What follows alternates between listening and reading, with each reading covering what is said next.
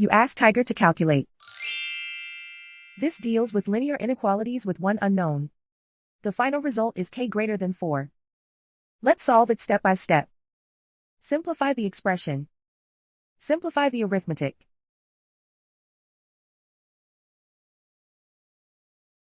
Group all constants on the right side of the inequality. Add 3 to both sides.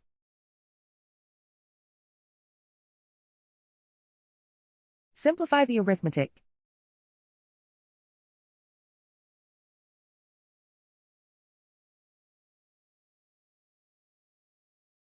Isolate the k. Divide both sides by 3.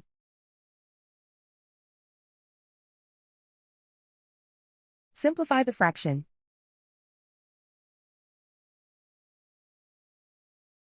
Find the greatest common factor of the numerator and denominator.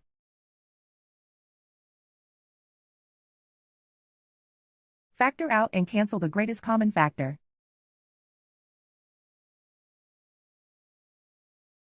Plot the solution on a coordinate grid. And so the final result is k greater than 4.